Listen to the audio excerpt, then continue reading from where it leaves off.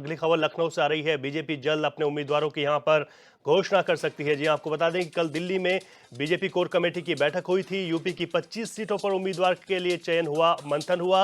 1 या 2 दिन में अभी उम्मीदवारों की घोषणा हो सकती है, ये माना जा रहा था। बाराबंकी से उपेंद्र रावत का भी टिकट कट सकता है, इस तरीके की भी सूचना है।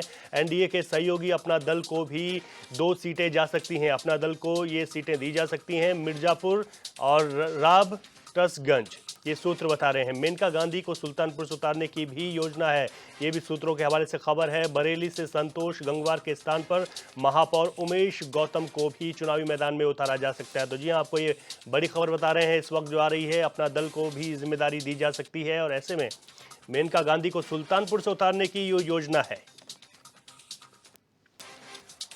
और हमारे यूपी हेड अमितेश श्रीवास्तव इस वक्त हमारे साथ जुड़ गए हैं। अमितेश जी, जिस तरीके से सूचना आ रही है कि यहाँ पर जो उम्मीदवार हैं उनको उतारा जा सकता है और जल्द घोषणा हो सकती है, अभी तक किस तरीके के इनपुट आपके पास?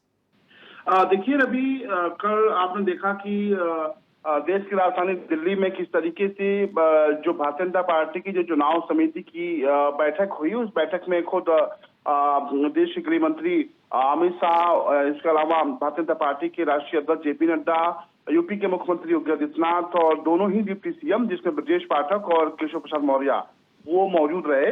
और कई घंटे जो चिंतन और मंथन है वो प्रत्याशियों के नामों पर चली। ऐसे में जो सूत्र हैं वो बता रहे हैं कि आज 25 जो सीटों पर जो बीजेपी है वो उम्मीदवार अपना घोषित कर सकती है। और सबसे बड़ी चौंकाने वाली बात यह है कि बीजेपी कोर कमेटी की जो बैठक हुई थी, उस बैठक में जो फैसला लिया गया है, जो सूत्रों के हवाले से हमारे पास खबर आ रही है रवि, उसमें यह है कि बाराबंकी से उपेंद्र रावत का जो टिकट है वो कर सकता है। उपेंद्र रावत वर्तमान में वो सांसद हैं और जिस तरीके से उनका एक अश्लील वीडियो सामने आया था, उसके बाद से ही जो उनकी मुसीबतें हैं वो बढ़ गई थी। तो ये माना जा रहा है कि बाराबंकी से उपेंद्र रावत का टिकट कर सकता है।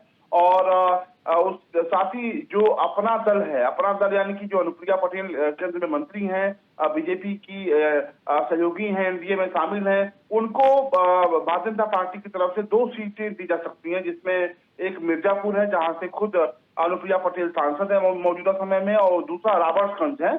ये खबर आ रही है। उसके अलावा मेनका गांधी को सुल्तानपुर से उतारने की जो योजना है वो पूरी तरीके से तैयार हो चुकी है।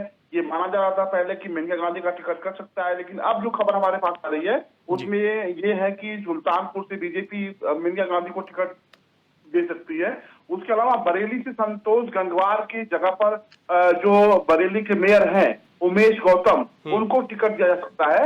उसी तरीके से सबसे महत्वपूर्ण सीट है बदायूं, जहां से पहले अभी वर्तमान समय में डॉक्टर संघमित्रा मौर्य बीजेपी की सांसद हैं, उनके नाम पर भी मुहर लग सकता है। जो सूत्र बता रहे हैं वो ये है कि डॉक्टर संघमित्रा मौर्य को बदायूं से एक बार फिर बीजेपी टिकट देकर मैदान में उतार सकती है। तो जाहिर सी बात है कि 25 सीटों पर आज बीजेपी अपने उम्मीदवारों की घोषणा कर सकती है, ये सूत्र बता रहे हैं। और ये वो तमाम सीटें हैं जिन पर सभी की निगाहें टिकी हुई थी। तो अब हालांकि जिस तरीके से पूरी तरीके से बीजेपी ने ग्राउंड जीरो पे काम किया और तमाम ऐसी सीटों पर भी चिंतन और मंथन इस बैठक में किया गया रवि, जो 19 में जिन सीटों पर बीजेपी ने हार का सामना करना पड़ा बीजेपी को, उन सीटों पर ज्यादा फोकस किया गया।